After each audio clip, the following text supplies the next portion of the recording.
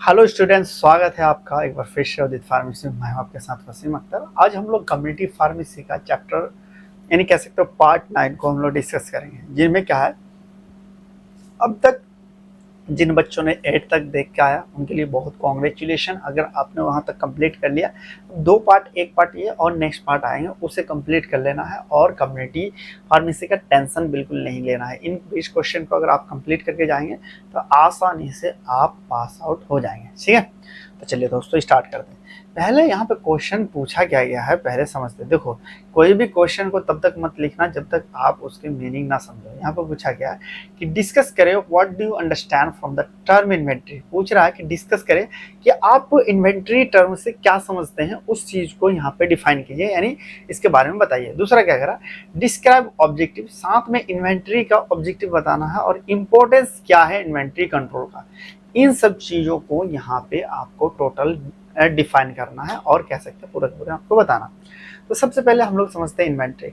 Inventory का मतलब ये होता है कि स्टॉक, यानी स्टॉक का मतलब कह सकते हैं कि आपने किसी भी चीज का बिजनेस कर रहे हैं तो सबसे इंपॉर्टेंट क्या रहता है, स्टॉक।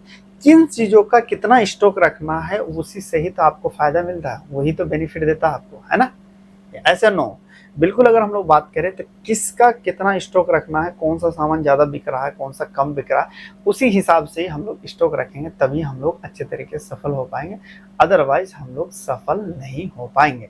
ठीक है, तो यही चीज आपको करना है कि पूछा गया कि स्टॉक के बारे में डिफाइन करें, यानी इन्वेंट्री के बारे में। Inventory control, what do you mean the inventory control. Inventory control also called the stock control. देखो, स्टॉक कंट्रोल ही इंपॉर्टेंट रहता है किसी भी बिजनेस में कि किस सामान में पैसा लगाना है और किस में नहीं लगाना। मान लीजिए आपके इलाके में सर दर्द के लोग ज्यादा हैं और आप क्या है पेट दर्द की गोली ज्यादा लाएं, तो आपका क्या नुकसान ही तो होगा ना। तो इसी तरह क्या कह रहा है, इन्वेंट्री कंट्रोल एक तरह का स्टॉक कंट्रोल ही है। Is the process of ensure the right amount of supply is available in organisation.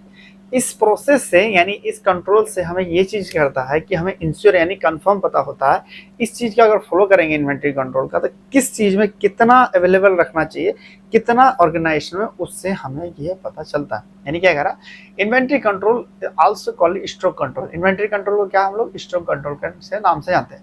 The process of ensure the right amount of supply is available an organisation. क्या है, एक तरह का ये प्रोसेस है जिसमें हमें ये चीज पता चलता है कितना सप्लाई यहाँ पे अवेलेबल रखना है। ठीक है, क्या करा देखो, inventory control enable the maximum amount of profit from the least amount of investment in stock without affecting customer satisfaction. मतलब इन्वेंट्री कंट्रोल हमें ये चीज बताता है कि हम लोग ज्यादा से ज्यादा किस तरह से हम लोग प्रॉफिट बना सकते हैं कम इन्वेस्टमेंट में, यानी कम पैसे में हम लोग ज्यादा से ज्यादा किस तरह से हम लोग पैसे बना सकते हैं विदाउट कोई कस्टमर को सेटिस्फेक्शन, यानी कह सकते हैं कस्टमर को कोई विदाउट हार्म पहुंचाए हुए। ठीक है, देखो अब इसको ऑब्जेक्टिव के बारे में देखें तो क्या कह रहा है, सबसे पहले है to supply the material in time. अगर मान लो सही तरीके से सही चीज पता हुआ कि कौन सी चीजों का ज्यादा डिमांड है, तो जाहिर सी बात है, क्या जाहिर सी बात है कि हमारे पास क्या होगा, पैसा कम लगेगा और मटेरियल ज्यादा बिकेगा। तो इसमें क्या कह रहा है, हमारे पास सही सप्लाई यानी supply to the material in time, यानी जो चीजें हैं उसको हम लोग वन टाइम सेल कर सकते हैं। फिर ऑब्जेक्टिव इसका ये है कि इसका फायदा ये होता है कि हम लोग मैक्सिमम कस्टमर सर्विस, इसमें हम लोग ज्यादा से ज्यादा कस्टमर सर्विस देते हैं। मान लो कि हमारे पास पेट दर्द का लोग ज्यादा आता है, हम लोग उसी का ही वैरायटी रखेंगे, पेट दर्द का सर दर्द का नहीं रखेंगे, तो उसमें क्या होगा, दवाई ज्यादा से ज्यादा हम लोग कस्टमर सर्विस को दे पाए। फिर आता to reduce and minimum investment. हम लोग क्या कर सकते हैं कि इसमें ये चीज होता है कि कम पैसे में हम लोग अच्छा इन्वेस्टमेंट, यानी कह सकते हैं कम इन्वेस्टमेंट में अच्छा प्रॉफिट बना सकते हैं। टू अवॉइड द शॉर्टेज और एक्सेस ऑफ स्टॉक, इसमें क्या होगा कि शॉर्टेज और स्टॉक को हमारे पास क्या होगा, उसको हम लोग अवॉइड कर सकते हैं। टू मीट द अनफोर्सेंस डिमांड, इसमें क्या है कि जब हमारे पास कोई ज्यादा अचानक से डिमांड बढ़ जाएगा तो उस चीज को हम लोग एक कह सकते हैं कि हम लोग उसको मेंटेन करके ले सकते हैं। फिर increase the profit of business, business का क्या होगा, प्रॉफिट ज्यादा होगा, जाहिर सी बात है जो चीज ज्यादा बिकेगा उस ज्यादा अवेलेबल होगा अलग अलग वैरायटी में, तो ज्यादा प्रॉफिट आएगा। ये सारे के सारे चीज क्या है, 6 पॉइंट हमारे पास ऑब्जेक्टिव। पहले हमने इन्वेंट्री कंट्रोल को डिफाइन करना है, उसके बाद फिर हमें ऑब्जेक्टिव इसका डिफाइन करना है। क्या क्या, वन टाइम मटेरियल पहुंच जाएगा, मैक्सिमम कस्टमर सेटिस्फेक्शन दे सकते हैं, रिड्यूस कम टाइम मतलब कम इन्वेस्ट में ज्यादा से ज्यादा पैसा कमा सकते हैं, एक्सेस या फिर कम जो है स्टॉक हम लोग उससे बच सकते हैं, अनफ्लोरेंस डिमांड से कर सकते हैं, और जो इंक्रीज प्रॉफिट है बिजनेस का उसका ज्यादा से ज्यादा हम लोग कर सकते हैं। अब देखते हैं इसका इंपॉर्टेंस क्या है। Importance of inventory control. Inventory control का इंपॉर्टेंट क्या है? सबसे पहले है prevent overstocking and understocking. सबसे पहले इंपॉर्टेंट ये चीज हो जाएगा कि ज्यादा स्टॉक या फिर पूरा पूरा कम स्टॉक को, उस चीज को रोकता है। Help maintain an optimal inventory level and avoid excess stock, tries up capital to shortage, disturb sales. मतलब कह सकते हैं कि इसमें क्या होगा, सबसे पहले ये हेल्प करेगा हमारे पास कि ऑप्टिमम यानी जितना रिक्वायरमेंट है उतना हमारे पास चीजें प्राप्त होना चाहिए। Reduce cost. रिड्यूस कॉस्ट किस तरह से करेगा, देखो, minimise storage and waste and losses expire और एबुलेट प्रोडक्ट, यानी कह सकते हैं कि जिसकी जरूरत नहीं पड़ेगी और वेस्ट प्रोडक्ट हो या फिर एक्सपायर्ड प्रोडक्ट है, उसकी यहाँ पे क्या होगा, रिड्यूस कॉस्ट हो जाएगी, यानी ये बेनिफिट हो जाएगा। Improve cash flow, ensure the fund are not unnecessary locked in inventory.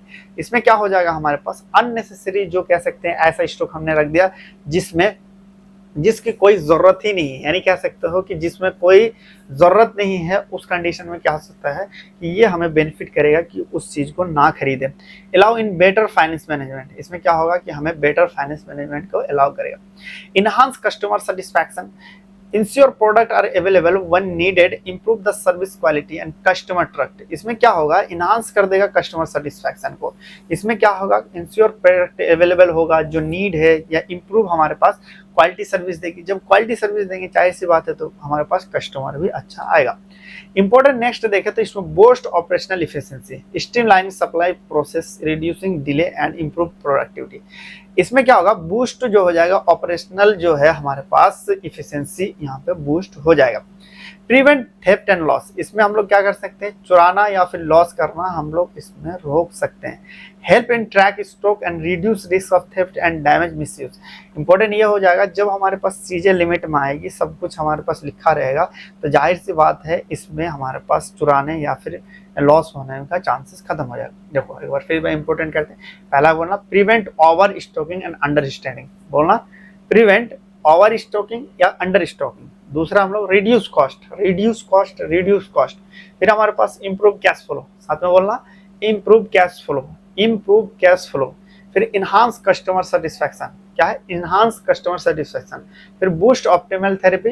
फिर हमारे पास प्रिवेंट थेफ्ट एंड लॉस। हम लोग मेनली क्या है, हमारे पास टोटल 6 पॉइंट हमारे पास याद रखना है। क्या, फिर कहो, prevent over storing, under storing, reduce cost, improve cash flow, enhance customer satisfaction, boost operational efficiency and prevent theft and loss. ये आपको पूरा का पूरा वहां पे लिखना है।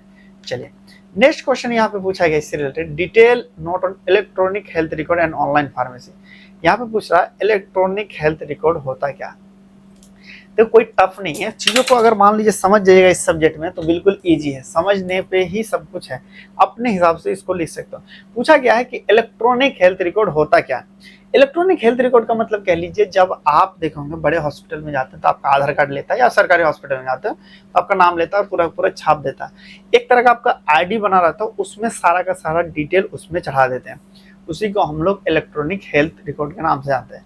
अब आता है ऑनलाइन फार्मेसी। ऑनलाइन फार्मेसी क्या होता है कि जब आप लोग मोबाइल दबाते हो सारी चीज आप पे पहुंच जाता है, उसी को हम लोग ऑनलाइन फार्मेसी के नाम से जानते हैं, जब आप तक चीजें पहुंच जाती है। ठीक है, चलिए यहाँ पे आता है, अब देखते हैं, ध्यान से सुनना इंपॉर्टेंट है, पिछले साल भी ये क्वेश्चन पूछा गया था। यहाँ पे क्या है, electronic health record. Electronic health record का मतलब क्या था, an electronic health record is a digital version of patient medication history. सबसे इंपॉर्टेंट पॉइंट ये जरूर लिखना कि इलेक्ट्रॉनिक हेल्थ रिकॉर्ड क्या है, एक तरह का डिजिटल ही वर्जन है पेशेंट रिकॉर्ड, मतलब पेशेंट जो है मेडिकल हिस्ट्री का, पेशेंट का मेडिकल हिस्ट्री का ही एक डिजिटल वर्जन है, उसी को हम लोग इलेक्ट्रॉनिक हेल्थ रिकॉर्ड के नाम से जानते हैं।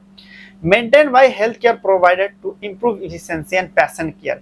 इसमें क्या होता है कि इसका जो मेंटेन करते हो हेल्थ केयर प्रोवाइडर, जैसे डॉक्टर है, नर्सेस है, फार्मासिस्ट है, लैब वाले हैं, बीएमएलटी है, ये सारी चीज क्या है, इनके द्वारा ही इसको मेंटेन किया जाता है।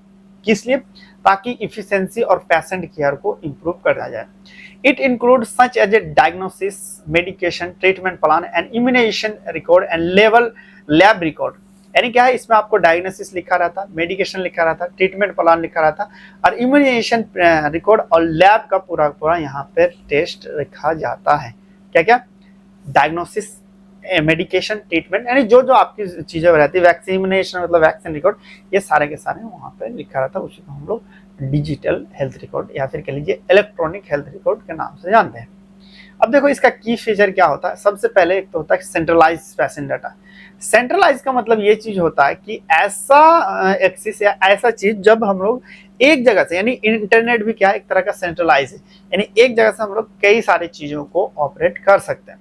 अब फिर आता है ई प्रिस्क्राइबिंग। ई प्रिस्क्राइबिंग मतलब कि कह सकते हैं doctor enable to send prescription electronic to the pharmacy and reduce error.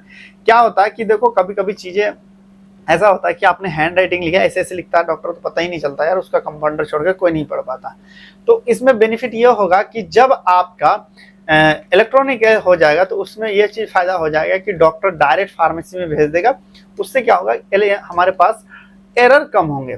फिर आता है हमारे पास clinical decision support. Help provider make information decision using the integration medical guideline. यानी कह सकते हैं क्लिनिकल डिसीजन सपोर्ट का मतलब कह लीजिए कोई डॉक्टर दिल्ली का है और कोई डॉक्टर बैंगलोर का है, तो उसमें क्या होगा कि अगर कोरियर में भेजेंगे फिर ये होगा, कुछ छूट गया व्हाट्सएप में, सिर्फ यह वाला डॉक्टर आपको वो वाले को एक पेशेंट आईडी बताएगा, पूरा का पूरा उसका डिटेल में आ जाएगा, जिससे क्या होगा डिसीजन लेने में बहुत ही हेल्पफुल होगा। फिर आता है इंटरऑपरेबिलिटी। इंटरऑपरेबिलिटी का मतलब कह सकते हैं कि हॉस्पिटल को कनेक्ट कर दें क्लिनिकल या फिर फार्मेसी को, जिससे एक्सचेंज डेटा हो जाएगा और आसानी से हम लोग क्या कर सकते हैं। देखो जैसे पेशेंट आईडी है, मान लिया डॉक्टर के पास गया, पूरा पूरा चढ़ा दिया, और सामने वाले फार्मेसी का सिर्फ पेशेंट आईडी डालेगा, पूरा पूरा डिटेल आ जाता है। फिर आता security and compliance. Ensure patient data is protected under the health care regulation. इससे क्या होता है कि सिक्योरिटी और जो डेटा है ये प्रोटेक्ट किसके द्वारा, हेल्थ केयर रेगुलेशन के द्वारा किया जाता है। ठीक है, ये सारी चीज इलेक्ट्रॉनिक हेल्थ में लिखा जाता है। अब इसी में पूछा गया था ऑनलाइन फार्मेसी होता क्या है। Online pharmacy is a digital platform allow to patient order medication and health care product remotely. मतलब रिमोटली मोबाइल पे ही जब चीजें मंगाते हैं तो उसी को हम लोग ऑनलाइन फार्मेसी के नाम से जानते हैं। क्या, जैसे कि 1mg है, टाटा mg है, तुरंत डालते हैं पूरा पूरा आ जाता है, वो हमारे ऑनलाइन फार्मेसी है। It provide convenience, accessibility and cost effective solution for purchasing medicine। इसमें क्या हमारे पास, ये तो कन्विंसिंग होता है, एक्सेसिबिलिटी होता है, कॉस्ट इफेक्टिव सॉल्यूशन होता है, यानी ये महंगे चीजें नहीं पड़ती है। ठीक है, इसको आसानी से हम लोग एक्सेस कर सकते हैं। इसका फीचर के बारे में देखा जाए तो सबसे पहले ये ई प्रिस्क्रिप्शन कर सकते हैं। Patient can upload prescription receive medication without visiting physical store. सबसे पहले ई प्रिस्क्रिप्शन मतलब ये चीज है, डॉक्टर ने जो लिखा आपने फोटो खींचा और उसमें भेज दिया, आपके पास पूरा पूरा दवा आ जाता है, स्टोर पे जाने की जरूरत नहीं पड़ती है। फिर आता home delivery. Ensure timely access to medicine and specially for chronic condition. देखो ऐसा आदमी जो कि जा नहीं सकता या तो फिर कंडीशन गंभीर है, उसके लिए रेगुलर मेडिसिन आती है अलग अलग जगह से, तो उसमें क्या है लॉसेस ज्यादा होता है कि आदमी परेशान होता है। उस कंडीशन में क्या होता है कि आप ऑनलाइन फार्मेसी का यूज कर सकते हैं, जिससे आपको एक रिलायबिलिटी मिलता है, यानी इजिली से आप उससे ला सकते हैं। फिर आता automatic refill. Allow patient to set recurring medicine delivery. इसमें क्या है, ऑटोमेटिक मतलब सेटअप कर सकते हैं आप कि अपने आप ऑर्डर लग जाए और आप तक मेडिसिन पहुंच जाए, आप सिर्फ पैसा, समझ रहे हैं, पैसा प्रोवाइड कर दें। फिर आता consultation service. Some platform virtual pharmacist consultation for guidance on medication use. कुछ फार्मासिस्ट आपको क्या करता है कि गाइडेंस करता है कि किस तरह से दवाई लेना है, किस तरह से नहीं लेना है, ये ऑनलाइन फार्मासिस्ट कर देता है, नहीं वीडियो कॉलिंग पे। फिर आता regulatory conference. Online pharmacy must adhere to strict regulation to prevent counterfeit drug distribution. मतलब कह सकते हैं कि ऐसा चीज काउंटरफिल ड्रग डिस्ट्रीब्यूशन का मतलब ये चीज हो जाएगी। ऑनलाइन फार्मेसी रेगुलेशन बहुत फॉलो करता है। अगर कोई दवाई नार्कोटिक लिखा हो तो पहले वो वेरीफाई करता है, उसके बाद ही चीजों को देता है। ये आपको दोनों चीज यहाँ पे लिखना है। अगर इसका पीडीएफ चाहिए तो आप ऐप पे जुड़ सकते हैं, और कोई भी क्वेरी है तो आप मुझे इंस्टाग्राम पर पूछ सकते हैं। चलिए दोस्तों, मिलेंगे फिर नेक्स्ट लेक्चर में, तो बाय, टेक केयर।